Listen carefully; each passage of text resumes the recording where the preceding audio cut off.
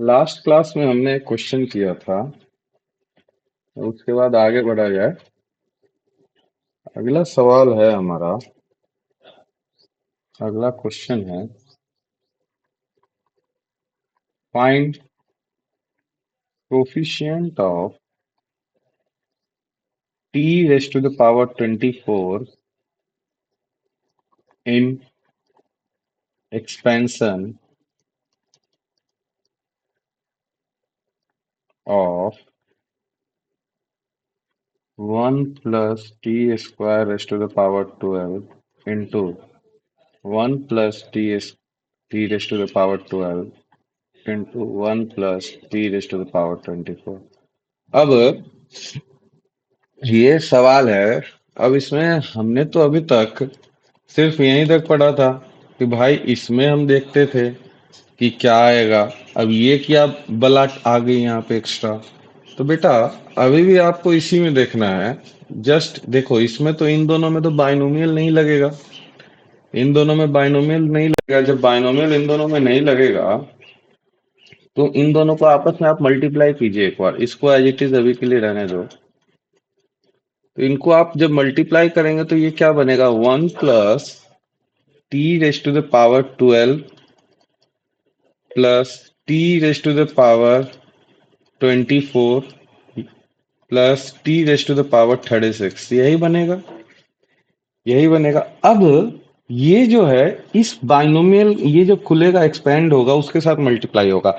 अब एक चीज बताओ कि जो टी की पावर 36 है वो तो कभी भी ऐसा नहीं होगा कि किसी के साथ मल्टीप्लाई होके टी की पावर 24 दे दे इस कंडीशन में, क्योंकि ये 1 प्लस टी स्क्वायर है ना। अगर मिनिमम भी रहा, जब टी स्क्वायर, जब इसका एक्सपेंशन क्या लिखोगे, टी आर प्लस वन क्या लिखोगे, 12 सी आर 1 की पावर 12 माइनस आर और टी स्क्वायर की पावर आर, मतलब टी की पावर 2 आर, ये लिखोगे। तो जब ये बात रहेगी तो इसका एक्सपेंशन जब आर जीरो रहेगा तो टी की पावर जीरो रहेगा, मतलब यहां से जीरो मिलेगा। तो टी की पावर 36 जो है आपको कभी भी टी की पावर 24 नहीं बना के देगा। ये बात समझ में आई, क्योंकि ये इससे मल्टीप्लाई होंगे। इससे मल्टीप्लाई 1 से होगा, 12 से होगा, टी की पावर 12 से होगा, टी की पावर 24 से होगा, टी की पावर 36 से होगा। तो ये जो है मल्टीप्लाई होगे, कभी भी आपको क्या होगा, टी की पावर 24 तो नहीं देने वाला, कम तो नहीं होगा। मल्टीप्लाई होगा तो ऐड ही होंगे पावर्स आपस में। तो टी की पावर 36 का तो कोई रोल नहीं है। अब आगे बढ़ते हैं। उसका तो रोल ही नहीं है ना 24 में, टी की पावर 24 लाने में। तो अब आगे बढ़ा जाए, 1 plus T square raise to the power 12। अब रोल नहीं है तो उसको मैं एक टाइम के लिए बस हटा रहा हूँ। तो 1 प्लस टी स्क्वायर टी की पावर 12 प्लस टी की पावर 24 की बात करें। अब इधर से ही चलते हैं, ठीक है। अब टी की पावर 24 में क्या मल्टीप्लाई करोगे, टी की पावर 24 के साथ टी की पावर क्या मल्टीप्लाई करोगे, अल्फा मान लेता हूं कि ये टी की पावर 24 ही रहे। क्यों टी की पावर 24 ही रखना है, क्योंकि हमें इसी का कोफिशिएंट चाहिए ना, यही चाहिए। तो क्या टी की पावर जीरो मल्टीप्लाई करोगे क्या, क्यों, 24 प्लस जीरो क्या होगा, टी की पावर 24 इंटू टी की पावर जीरो। यही टी की पावर 24 रहेगा क्या। तो मतलब इसके साथ तो टी की पावर 24 के साथ टी की पावर जीरो मल्टीप्लाई होगा। मतलब इस एक्सपेंशन में इस एक्सपेंशन में आपको टी की पावर जीरो का कोफिशिएंट देखना है। तो मतलब टी की सॉरी टी की पावर जीरो का coefficient coefficient of T raise to the power zero in किस एक्सपेंशन में, 1 plus T square raise to the power 12 में, ये देखोगे। तो यहां से जो आया टी की पावर 24 वो हमने देख लिया। तो इसके एक्सपेंशन में लिख लेते क्या आया होगा, 12 सी जीरो, और 1 है तो 1 का तो 1 ही रहने दो, यही होगा क्या कोफिशिएंट। अब आगे बढ़ा जाए। अब टी की पावर 24 तो निपट लिया। अब क्या है भाई, 1 plus T square raise to the power 12। उसके बाद क्या है, 1 प्लस टी स्क्वायर बचा। ये दोनों तो निपट लिए ना, टी की पावर 24 निपट लिए और टी की पावर 36 निपट लिया। 36 का कोई रोल नहीं, 24 का हमने देख लिया। अब यहाँ पे t की पावर 12 है। अब t की पावर 12 है, t की पावर 12 के साथ क्या मल्टीप्लाई करोगे, यहाँ पे अल्फा ले लेता हूँ फिर से, कि ये t की पावर 24 बन जाए। तो भाई, तो यहाँ से 12 प्लस अल्फा इक्वल्स टू 24। तो अल्फा की वैल्यू यहाँ से कितनी आ गई, 12 आ गई क्या। और एक चीज बताइए, मतलब मुझे इसके एक्सपेंशन में हमें क्या चाहिए, टी की पावर 12 चाहिए। मतलब कोफिशिएंट ऑफ, आपको क्या देखना होगा, कोफिशिएंट ऑफ टी की power 12 in expansion of 1 plus T square raise to the power 12। अब एक चीज बताओ, इसका हमने जनरल टर्म लिखा था टी आर प्लस 1, क्या लिखा था बेटा, 12 सी आर टी स्क्वायर की पावर आर, और 1 की पावर एन माइनस आर है, उसको तो हटा ही दो। अब देखो, गड़बड़ बच्चे क्या करते हैं जल्दबाजी में, कि ये टी की पावर 12 चाहिए, आर की वैल्यू 12 ले लेते हैं। लेकिन ध्यान देने की बात यहाँ पे ये है कि ये टी स्क्वायर की पावर आर है, मतलब पावर आपस में मल्टीप्लाई हुए। तो टी की पावर 2r आपका किसके इक्वल होगा, टी की पावर 12 के। तो यहां से r की वैल्यू क्या आई, r इक्वल्स टू 6 हुआ ना बेटा। तो आपका कोफिशिएंट क्या हुआ, 12c 6। बात समझ में आई आपको, यहां से ये कोफिशिएंट आया। अब टी की पावर 12 में निपट लिया, अब बचा 1, ये सिर्फ 1 बचा। तो अब क्या है, 1 plus T square raise to the power 12 into 1।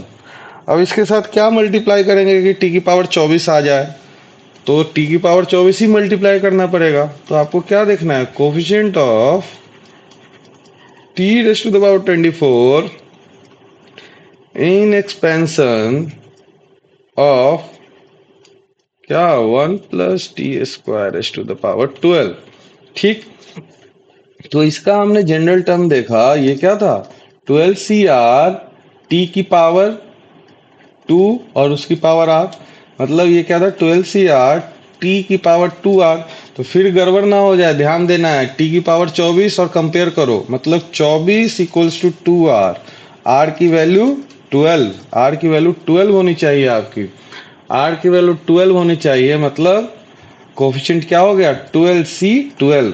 तो आपसे पूरे कोफिशिएंट पूछा गया ना, तो यहां से भी टी की पावर 24 मिलेगा, यहां से भी आपको टी की पावर 24 मिलेगा, ये भी कोफिशिएंट है एक, और ये भी कोफिशिएंट है। तो तीनों को आप ऐड करेंगे, क्या, 12c0 plus 12c12 plus 12c6, यही होगा क्या बेटा। 12c0 आपका 1 होता है, ये हमें पता है, nc0 1, ncn भी 1 होता है। तो ये क्या हो गया, 2 प्लस 12c6, ये क्या हो गया आपका आंसर हो गया। ठीक है, आगे बढ़ते हैं। अगला सवाल है आपका,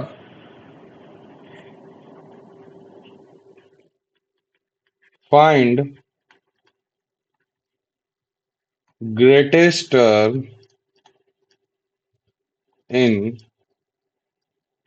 √3 1 plus 1 upon √3 raise to the power 20।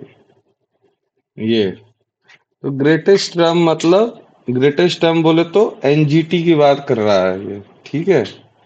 तो पहला तो इंपॉर्टेंट लाइन क्या है, इस √3 को हम अंदर लेके जाए, पहला इंपॉर्टेंट लाइन क्या है, फर्स्ट लाइन आपका इंपॉर्टेंट है। क्या इंपॉर्टेंट है, इस √3 को आप अंदर लेके जाओगे तो ये क्या बनेगा, √3 की पावर 20 बनेगा क्या, और प्लस में √3 की पावर 19 होगा, और उसकी पावर 20। अब फाइंड ग्रेटेस्ट टर्म, मतलब फॉर एनजीटी, एनजीटी की बात करनी है। एनजीटी का कंडीशन क्या था बेटा, आर जो था आपका less than equals to n plus 1 upon, बोलो, 1 plus mod of a by x. ये किसमें, a plus x raise to the power n के एक्सपेंशन में। तो r की value less than equals to n plus 1, n कितना है आपका 20, तो 20 plus 1 21 upon 1 plus mod of A कितना है 3 √3 की पावर 20, तो √3 की पावर 20 अपॉन एक्स कितना है √3 की पावर 19, कैंसिल हुआ तो √3 हुआ। ठीक, अब आगे बढ़ा जाए तो आर जो है हमारा क्या आ गया less than equals to 21/1 plus √3। √3 की अप्रोक्सीमेट वैल्यू होती है 1.71 कुछ भी, और ये फिर ये पूरा हो गया अप्रोक्सीमेट 2.7, ये मान लेते हैं। तो बेटा ये बेसिकली क्या है R less than equals to 21/2.7। अगर बेटा 2.7 की जगह 3 होता तो 7 से जाता, अब 3 से छोटा है तो क्या होगा 7 पॉइंट समथिंग होगा क्या, R less than equals to 7 point something.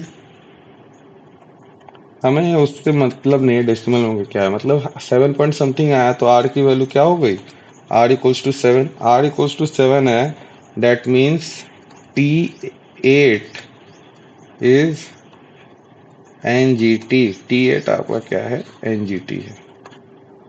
बात समझ में आई? अब आगे बढ़ते हैं। अब कुछ क्वेश्चंस होते हैं numerically divisibility check, divisibility check करते हैं हम लोग, अब वो देखते हैं।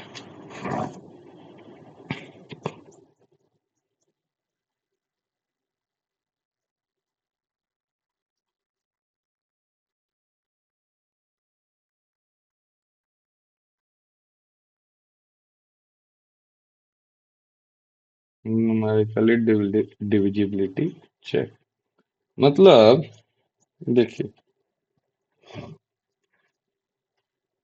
पहला सवाल है आपका 2 की पावर 5n+5 -31n-32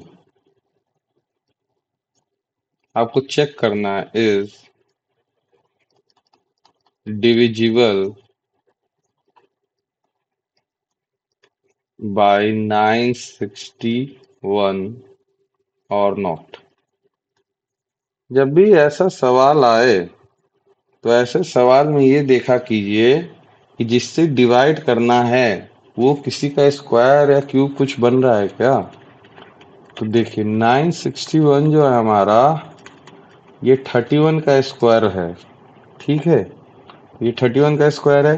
तो अब हम क्या करेंगे कि कोशिश करेंगे इन जितने भी ये सब लिखे हैं क्या हम इनको 31 के मल्टीपल में लिख सकते हैं क्या।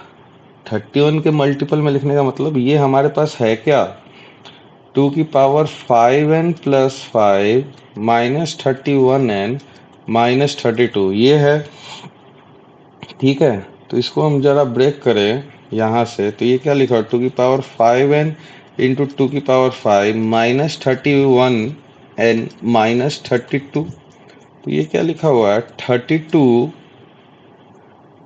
Into 32 raise to the power n -31n-32, ठीक है। अब इस 32 को मैं क्या लिख सकता हूँ, ये तो बाहर जो 32 है उसको तो रहने दो, इसको 1+31 मैं लिख सकता हूँ क्या बेटा, और -31n-32, ठीक। अब मैं इसका एक्सपेंशन करता हूँ, तो 32 इसका एक्सपेंशन करोगे तो पहला क्या बनेगा NC0 1 की पावर 0 लिखता हूँ मैं, NC0 1 की पावर n 31 की पावर 0 प्लस NC1 1 की पावर n-1 31 की पावर 1 31 की पावर 1 प्लस NC2 1 की पावर n-2 31 की पावर 2 एंड सो ऑन चलते जाएगा। यहाँ से आगे जैसे ही बढ़ेगा ये सब 31 के मल्टीपल रहेंगे तो आगे लिखने का कोई मतलब नहीं है। अब -31n-32, ठीक। अब बेटा ये एज इट इज रहने दो। अब थोड़ा ब्रैकेट के अंदर वाले को सिंप्लीफाई करो। हमें पता है NC0 1 होता है, तो पहला वाला टर्म तो 1 ही हो गया, प्लस ये तो 1 की पावर कुछ भी हो 1 ही है, और NC1 n होता है, और ये 31, तो ये हो गया 31n, प्लस NC2 क्या होता है, नीचे क्या बचेगा, n-1 फैक्टोरियल बचेगा, तो n-1 फैक्टोरियल तक गया, सॉरी n-2 फैक्टोरियल बचेगा, तो n-2 फैक्टोरियल तक गया, तो ऊपर बचा n इंटू n-1 अपॉन 2। ठीक है, और क्या बचा भाई यहाँ पे, 31 का स्क्वायर बचा, और प्लस चल रहा है, और ये माइनस का 31n और माइनस का 32, ये हुआ। अब एक चीज देखिए, जैसे ही ये 32 इससे मल्टीप्लाई होगा, जैसे ही ये 32 इससे मल्टीप्लाई होगा, ब्रैकेट ओपन करूं मैं, तो ये 32 प्लस का plus 31 into 32n plus 32n into n-1 upon 2, 31 का square plus and so on, और लास्ट में इधर -31n -32, और ये माइनस का 32, ये प्लस का 32 क्या हो गया, कैंसिल हो गया। अब इसमें दिक्कत क्या दे रही है, प्रॉब्लम क्या दे रही है भाई, प्रॉब्लम हमें ये दे रही है कि अगर हम देखें, इसमें जो 31 है आपका, इसमें जो बेसिकली आपका 32 है, इसके वजह से हमारा सब कुछ दिक्कत हो रहा है। क्यों, अगर ये 31 एंड ये 31 एंड आपस में कैंसिल हो जाते, तो हमारा बाकी जो बच रहा है यहाँ से जो भी आगे होगा, वो 31 का स्क्वायर का मल्टीपल होगा, क्योंकि हमें क्या चाहिए, 31 से डिवाइड ही तो चेक करना है, तो 31 से डिवाइड चेक करना है, तो यहाँ से तो 31 स्क्वायर आया, फिर 31 का क्यूब ऐसे आते जाएगा, तो वो सब क्या होते जाएंगे, 31 के मल्टीपल से, सॉरी 31 के स्क्वायर के मल्टीपल होते जाएंगे। तो ये जो 32 है, ये गड़बड़ कर रहा है, नहीं तो ये 31n और ये 31n आपस में कैंसिल हो जाते, यही गड़बड़ कर रहा है। तो मैं क्या कर रहा हूँ, इस 32 को क्या लिख रहा हूँ, ये जो 31n है और 32 है ना, इसको मैं 32 को क्या लिख दे रहा हूँ, 31 प्लस 1 इंटू 31n ऐसे लिख दे रहा हूँ। अब ऐसे लिखने से हमारे फायदा क्या हुआ, ये देखो क्या बन रहा है, ये 31 का स्क्वायर इंटू n बना, और प्लस का 31n बन गया। इससे क्या फायदा हुआ, ये 31n और ये 31n आपस में कैंसिल हो जाएगा, तो ये जो बचा हुआ है वो फिर से क्या लिख दिया हमने, 31 का square into n plus 31n, ठीक है, प्लस, और ये सेकंड टर्म क्या है, 32 into n to n-1 upon 2 into 31 square and so on, और लास्ट टर्म माइनस का 31n, तो ये 31n ये 31n कैंसिल हो गया। यही तो दिक्कत दे रहा था, जो जिसके वजह से 31 का स्क्वायर का मल्टीपल नहीं हो रहा था। अब देखिए, अब जितने भी टर्म्स आपके पास बच रहे हैं उन सब में 31 का स्क्वायर तो आ ही रहा है, लगातार आएगा, पहला टर्म है, ये दूसरा टर्म है, आखिरी तक आएगा। तो yes, it is divisible by, किससे, 961 से डिविजिबल है। बात समझ में आई। अब अगला सवाल करते हैं। नेक्स्ट क्वेश्चन है इसी टाइप का, 4 की power 2n -15n -1 is divisible by 225 और नॉट, ये चेक करना है आपको। अब 225 जैसे ही आया, फंडा क्या बोलता है, 225 किसका स्क्वायर है, आप वो चेक करें भाई, ये तो 15 का स्क्वायर है, ठीक है, चलो अब आगे बढ़ा जाए। तो अब क्या है, 4 की पावर 2n -15n -1 है, तो अब हम क्या करते हैं, इसको क्या लिख सकते हैं, 16 की पावर n -15n -1, 16 की पावर n को क्या लिख दे, 1 प्लस 15 की पावर n -15n -1, अब इसको ओपन करो, इसका बाइनोमियल ओपन करो तो ये क्या बनेगा, पहला टर्म तो 1 प्लस क्या हो जाएगा, दूसरा टर्म 15n, और तीसरा टर्म क्या हो जाएगा, n इंटू n-1/2 15 का स्क्वायर, ऐसे चलते जाएगा। और इधर क्या बचेगा, माइनस का 15n -1। और अब देखिए ब्रैकेट जैसे ओपन होगा, ये वन से कैंसिल हुआ, ये माइनस का 15 माइनस प्लस के 15n से कैंसिल हो गया। तो आगे सेकंड टर्म, ये मतलब थर्ड टर्म से आगे जितने भी टर्म्स आते जाएंगे वो सभी क्या होंगे, आपके 15 के स्क्वायर से डिविजिबल होंगे। तो हम क्या लिखेंगे, yes it is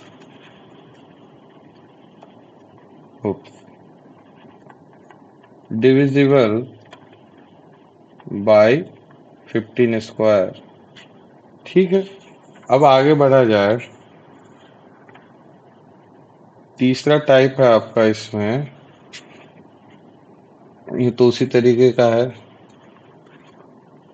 11 raise to the power n minus 10n minus 1 is divisible by 100 or not। ठीक, तो 100 का मतलब क्या हो गया, 100 का मतलब हो गया 10 का स्क्वायर हुआ क्या बेटा। अब 10 का स्क्वायर, तो 11 की पावर n को आप क्या लिख लीजिए, 1 plus 10 raise to the power n minus 10n minus 1। आसान सा है, ये एक्सपेंशन खुलेगा तो क्या होगा, 1 प्लस 10n प्लस ये क्या हो जाएगा, n into n-1/2 into 10 square and so on. ये माइनस का 10n माइनस का 1, ये 10n से ये 10n गया, ये 1 से ये 1 गया। तो अल्टीमेटली ये क्या बन गया, 10 स्क्वायर आगे आगे आते चला जाएगा। ठीक है, तो ये क्या हो गया, yes it is divisible by 100। अब आगे बढ़ते हैं, आगे चला जाए।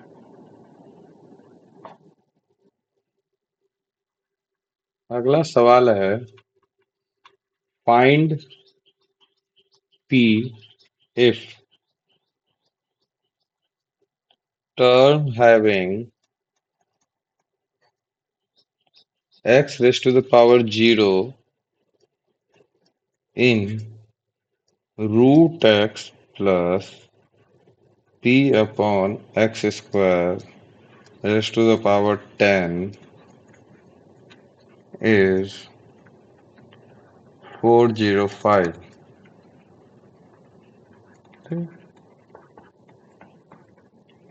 मतलब बोला क्या है सवाल में, आपको जब भी ऐसा पूछा जाए कि बताओ p की वैल्यू क्या, कुछ भी बताओ, तो लेट करना है, लेट टर्म इज, हमेशा टी आर प्लस 1 पे खेलना है। ये हमने पहले भी बात करी थी, कभी भी ऐसा कुछ आया तो हमेशा let term is T R plus 1 in इसमें।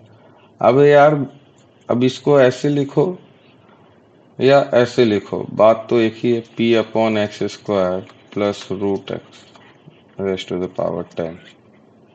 ठीक है, दोनों तो सेम ही बात है, ऐसे लिखे चाहे ऐसे लिखे। तो टी आर प्लस 1 आपका क्या हो जाएगा, 10 CR p by x square raise to the power 10 minus r root x की पावर r। यही होगा क्या बेटा। अब इसको सिंप्लीफाई करें, x वाले सारे टर्म एक तरफ लेके आए तो ये क्या बनेगा, 10 CR p की पावर 10 माइनस r, और यहाँ से क्या बन गया, x की पावर r/2। यही होगा क्या, और ये जब -2 ऊपर जाएगा तो ये क्या हो जाएगा,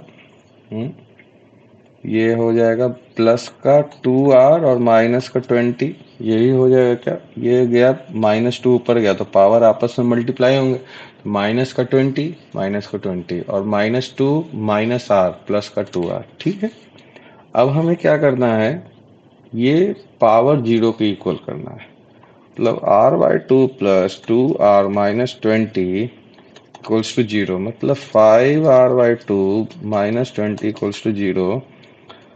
r इक्वल्स टू क्या आ गया? 8 आ गया। तो कोफिशिएंट देखते हैं, कोफिशिएंट ऑफ x की पावर 0 किसमें 10c, क्या हो जाएगा ये 10c 8, ये हो जाएगा। और p की पावर क्या हो जाएगा? p की पावर 10 माइनस 8 मतलब डेट इज 2 इक्वल्स टू कितना है ये 405। अब 10c8 का मतलब क्या हुआ? 10 factorial upon 8 factorial into 2 factorial. तो 8 फैक्टोरियल तक के सारे टर्म 10 फैक्टोरियल में से गए, तो बचा क्या? 9 इंटू 10 अपॉन 2। तो वो 2 से 10 कैंसिल हुआ तो 5 टाइम्स गया, तो 9 into 5 that is 45। 45 p square equals to 405, then p square equals to what? 9. Then the value of p will be plus minus 3। ये आपका क्या आ गया? आंसर आ गया। ठीक है, अब आगे बढ़ा जाए।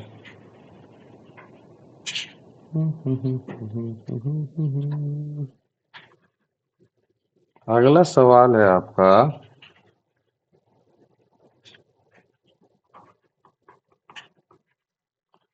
Find p if coefficient of x raised to the power p in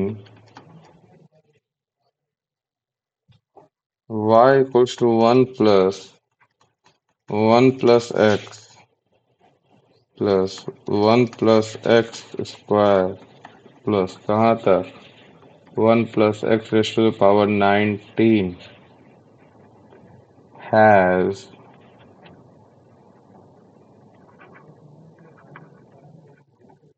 greatest coefficient। अब ये जो आपके पास चीज लिखी हुई है, तो पहले तो इस सीरीज को हमें सॉल्व करना पड़ेगा। ये जो सीरीज हमारे पास लिखा हुआ है, उस सीरीज को हमें सॉल्व करनी पड़ेगी, क्योंकि इस पे आप डायरेक्ट बाइनोमियल नहीं लगा सकते। तो इस सीरीज की हम बात करें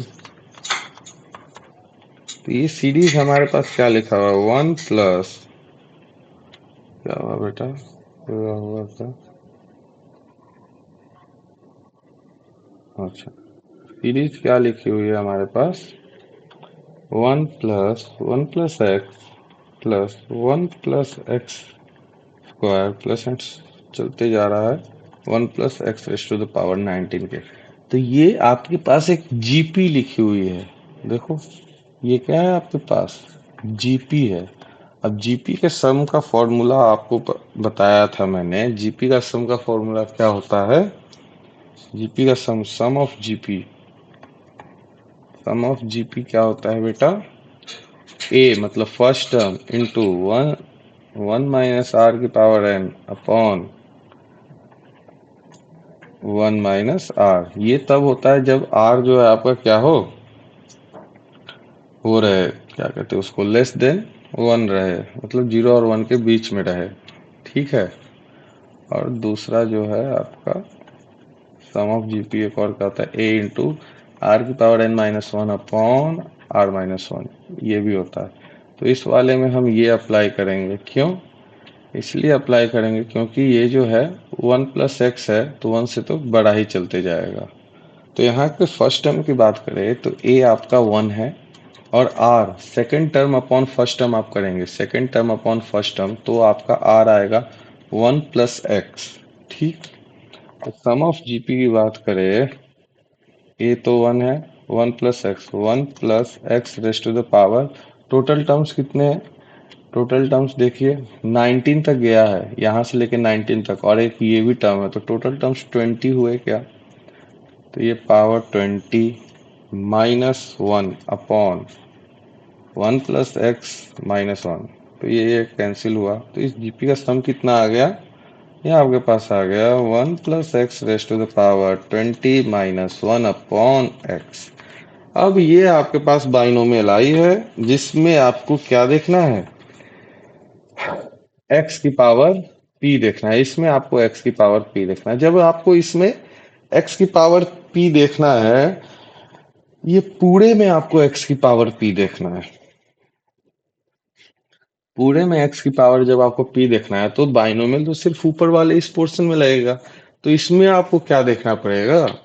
इसमें डिनोमिनेटर वाला x कैंसिल होगा, तभी तो x की पावर p बचेगा। ऊपर कुछ भी खुल के आए, अगर मैं 1/x लिख रहा हूं, अगर मुझे x की पावर p चाहिए, तो x की पावर p+1 तो रखना पड़ेगा। अगर x की पावर p+1 रखूंगा, तो ये क्या होगा? x की power p into x into 1/x। तो ये x x कैंसिल होकर सिर्फ x की पावर p बचेगा, तभी पॉसिबल है। तो x की पावर p ओवरऑल आना, कि डिनोमिनेटर वाला x हटेगा तभी। तो इसके लिए हमें इस एक्सपेंशन में क्या देखना होगा? इस एक्सपेंशन में आपको x की पावर p+1 का कोफिशिएंट देखना होगा। वो पूछा भले ही x की पावर p है, लेकिन आपको देखना पड़ेगा क्या? x की पावर p+1। x की पावर p पूछा है ना, आपको x की पावर p+1 देखना पड़ेगा। ठीक है, तो आपको क्या करना है भाई? 1 + x⁻20 में आपको क्या देखना है? x की पावर p+1 का कोफिशिएंट देखना है। ये बात है। ठीक है, अब क्या हुआ, मतलब ये क्या लिखोगे? इसका कोफिशिएंट होगा क्या? अगर इसका tr+1 भी लिखे हम, तो क्या होगा? 20 cr x की पावर r, यही होगा क्या बेटा? अब x की पावर p+1 है, तो ये r, तो ये भी r, तो ये क्या होगा? 20c p+1, यही कोफिशिएंट होगा किसका? कोफिशिएंट ऑफ x की पावर p+1 का। अब सवाल में और क्या बोला हुआ है कि find p if this is greatest coefficient. Greatest coefficient, अब ग्रेटेस्ट कोफिशिएंट बेटा, अब यहाँ पे देखो, n क्या है? इवन है, तो नंबर ऑफ टर्म्स कितने खुलेंगे? ऑड खुलेंगे। n क्या है आपका? इवन है। अब ग्रेटेस्ट कोफिशिएंट जब भी आता था, तो हम क्या बोलते थे? Middle term. n क्या है आपका? इवन है। तो नंबर ऑफ टर्म्स की बात करें, नंबर ऑफ टर्म्स की बात करें, तो ये क्या होगा? 20+1, दैट मीन्स 21 टर्म्स होंगे। तो मिडिल टर्म कौन सा होगा? मिडिल टर्म यही होगा क्या? और मिडिल टर्म पे ही ग्रेटेस्ट कोफिशिएंट आएगा। तो ग्रेटेस्ट कोफिशिएंट कहाँ पे होगा? ग्रेटेस्ट कोफिशिएंट आपका इक्वल्स टू मिडिल टर्म होगा क्या? मिडिल टर्म, मतलब मिडिल टर्म की बात करें, मिडिल टर्म कहाँ होता है? Tn/2+1, यहीं पे होता है क्या? यहीं पे होता है। मतलब Tn/2 मतलब 20/2 मतलब 10+1 मतलब T11 पे होगा। T11 मतलब r की वैल्यू क्या हो गई? 10। मतलब कहने का क्या है? p+1 की वैल्यू 10, तो p की वैल्यू 9। p की वैल्यू 9 आपका क्या है? आंसर है। p की वैल्यू 9 आपका क्या हो जाएगा? आंसर हो जाएगा। बात समझ में आई आपको? बोलिए। चलिए अब आगे बढ़ा जाए। अब आते हैं कुछ सवाल, रिमाइंडर टाइप क्वेश्चंस होते हैं।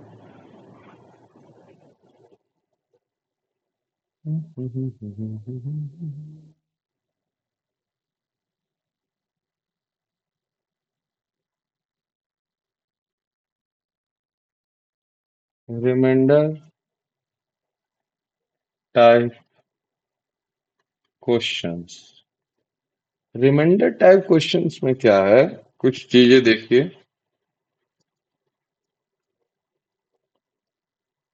फॉलोइंग। मैं क्या कर रहा हूँ? x+1 का पहले एक्सपेंशन लिखता हूँ, तो ये क्या होगा बेटा? nc0 x की power n plus nc1 x की power N minus one plus N C two x की power N minus two and so on, ऐसे चलते जाएगा कहाँ तक, एन सी एन तक। अब अब हमने क्या कर दिया भाई, एन सी एन, हमें पता है एन सी एन का मतलब क्या हुआ, वन हुआ। तो ये क्या लिखा हुआ है आपके पास, एन सी जीरो एक्स की power n plus N C one x की पावर एन माइनस वन, और ये कहाँ तक, एन सी से जस्ट पहले वाला टर्म क्या होगा, N C N minus one, और ये प्लस में वन। ठीक, ये होगा क्या,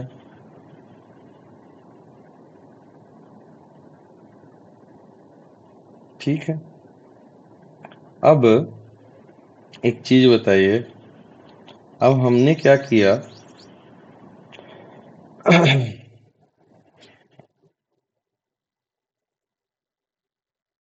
अब हमने इसमें से क्या कर दिया भाई, x जो है ना, इतने में से कॉमन निकाल लिया, इतने भाग में से x हमने, तो यहाँ पे x तो बचेगा ना, x कॉमन निकाला।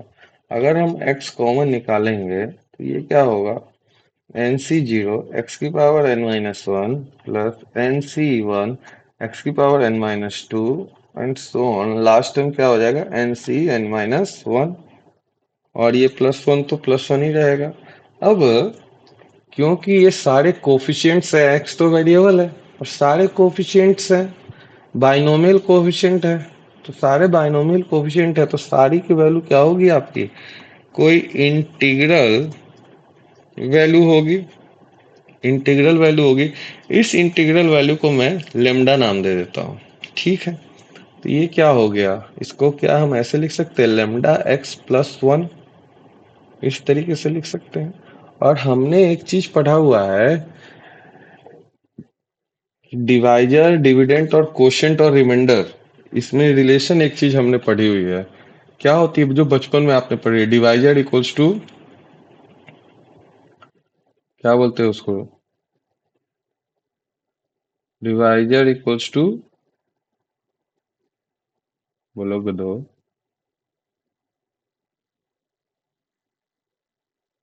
Divisor equals to, and divisor और डिविडेंड होता क्या है, पहले तो ये बताइए, डिवाइजर और डिविडेंड होता क्या है, क्या हम यही लिखते हैं, dividend equals to divisor into quotient plus remainder. तो यहाँ पे हमने कंपेयर करें, x plus one raise to the power n को इस तरीके से लिखा, तो यहाँ पे लेमडा आपका क्या हो गया, कोशेंट हो गया क्या, वन क्या हो गया, रिमाइंडर हो गया क्या, ठीक। और x तो डिवाइजर है और ये डिविडेंड है, ठीक है। अब अगला टाइप का चीज,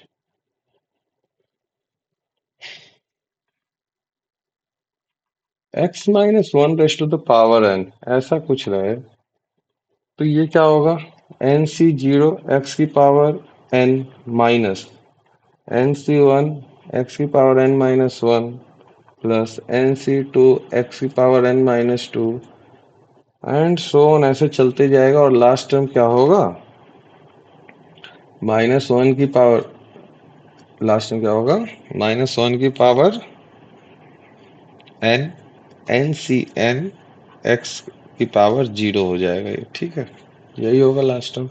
अब हमने क्या किया, सेम वही चीज किया, अब एन सी एन तो वन होता है, हमने क्या किया, ये तो इसको तो वन लिख दिया, तो ये क्या बचा, एन सी जीरो एक्स की power N minus N C one x की power N minus one and so on, second last term क्या हो जाएगा, N C N minus one x की पावर वन, और माइनस वन आगे लिख दे रहा हूं मैं, ये प्लस करो, माइनस वन की पावर एन माइनस, एक मिनट, माइनस वन की पावर एन माइनस वन, और ये एन सी, ठीक है। और ये प्लस में एक क्या बचेगा, -1 की पावर n बचेगा। अब इतने पार्ट में से मैं फिर से x बाहर निकाला, मैंने फिर से x बाहर निकाला, तो ये क्या हुआ, nc0 x की power n-1 minus of nc1 x की पावर n-2, और ऐसे चलते जा रहा है। लास्ट टर्म क्या, -1 की पावर n-1 nc n-1, और क्या बचा, प्लस -1 की पावर n।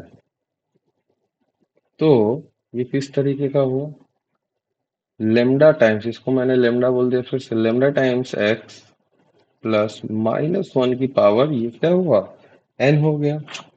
तो जो रिमाइंडर है, अब क्या बात होगी, अब n ऑड है और इवन है, उस पे बात होगा। ठीक, अब लेमडा x प्लस -1 की पावर n, n अगर हमारा ऑड हुआ, n अगर ऑड हुआ, n इक्वल्स टू ऑड है, तो ये क्या हो जाएगा, लेमडा x -1 हो जाएगा। n इक्वल्स टू इवन है, तो ये क्या हो जाएगा, लेमडा x +1 हो जाएगा। अब इवन है तो ये तो क्या होगा, रिमाइंडर आपका 1 दे देगा। रिमाइंडर क्या है, 1 है। और लेकिन ऑड है तो रिमाइंडर -1 तो नहीं हो सकता। उसके लिए हमें देखना है कि क्या होगा, एग्जाम्पल हम करते हैं, उससे देखते हैं। ठीक, अब सवाल है आपका क्या, फाइंड रिमाइंडर। रिमाइंडर निकालने के लिए इतनी मेहनत करी है हमने। आप बोलोगे सर वो तो ऐसे ही निकाल लेंगे, नहीं बेटा नहीं निकलेगा। देख, 5 की पावर 99 डिवाइड बाई 4, गड़बड़ हो गया ना, कैसे निकालोगे। तो इसको हम क्या लिख सकते हैं, 1 plus 4 raise to the power 99 divide by 4। तो क्या ये इसी टाइप का है क्या, या इसको ऐसे लिख लो, 4 + 1, क्या ये इसी टाइप का है क्या, पहला वाला टाइप, वो x plus 1 raise to the power n। देखो x+1, इसको कंपेयर करो, x+1 raise to the power n। तो ये क्या होता था, लेमडा x, इसको क्या लिखते थे हम लोग, लेमडा x+1, यही लिखते थे क्या। तो इसको क्या लिखोगे, 4 लेमडा x, क्या है आपका 4, तो 4 लेमडा +1, तो रिमाइंडर क्या हो गया आपका इसमें, ये तो आसान है, रिमाइंडर हो गया 1। ठीक है, अब सेकंड पार्ट, इसमें सेकंड पार्ट देखो, यही 5 की पावर 99 को 6 से डिवाइड किया, तो 6 से डिवाइड किया तो ये क्या हो गया, 6 - 1 raise to the power 99। That means ये इसको कंपेयर करोगे तो ये क्या लिखा हुआ है, x-1 raise to the power 99, sorry x-1 raise to the power n। तो हमने देखा था ये क्या होता है, लेमडा x प्लस -1 की पावर n। ठीक, लेमडा x मतलब लेमडा 6, या 6 लेमडा लिख दो, प्लस -1 की पावर n, n क्या है 99, तो 99, ये क्या हो गया, 6 लेमडा -1, यही हुआ क्या बेटा। अब रिमाइंडर -1 नहीं हो सकता। अब 6 लेमडा -1, जब भी अब एक चीज ध्यान दीजिए, जब भी इस तरीके का है, तो ये बेसिकली इस तरीके का चीज कुछ लिखा हुआ है, -1 मतलब, और इसको आप कैसे एक्सप्रेस कर सकते हो, 6 लेमडा +5, दोनों बात एक ही है। मतलब एक एग्जांपल ले लो, अगर आप 18 लेते, सॉरी, अगर आप 17 लेते हो, 17, तो आप इसको क्या लिखोगे, 6 × 3 -1 लिखोगे। लेकिन रिमाइंडर तो -1 नहीं है ना बेटा, आप इसको दूसरे लैंग्वेज में क्या लिख सकते हो, 6 × 2 +5, यही चीज लिख सकते हो क्या। देखो इसके लिए तो रिमाइंडर तो हमेशा पॉजिटिव रहेगा, तो इसको इस वे में लिखना होगा। तो जब भी -1 रहे तो उसके साथ +5 रहेगा रिमाइंडर, मतलब ठीक है, ये 6 के केस में। तो रिमाइंडर कितना हो गया आपका, 5 हो गया। ठीक है बेटा, अब आगे बढ़ते हैं।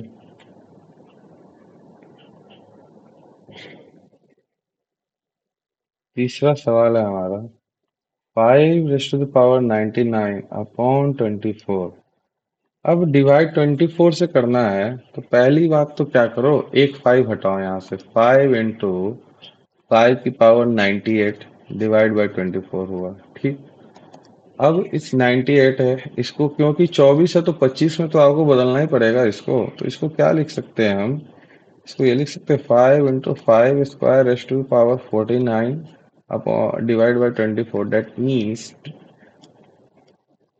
5 इंटू 25 रेस टू पावर 49 अपॉन 24।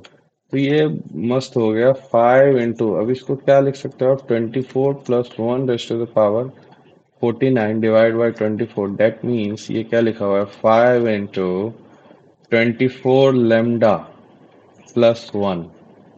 यही हुआ क्या बेटा। अब 5 इंटू 24 लेमडा +1, ये बात हुई, यही चीज लिखी हुई है।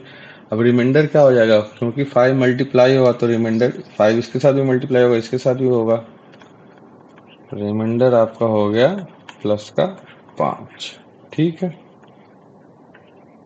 एक और सवाल कर लेते हैं।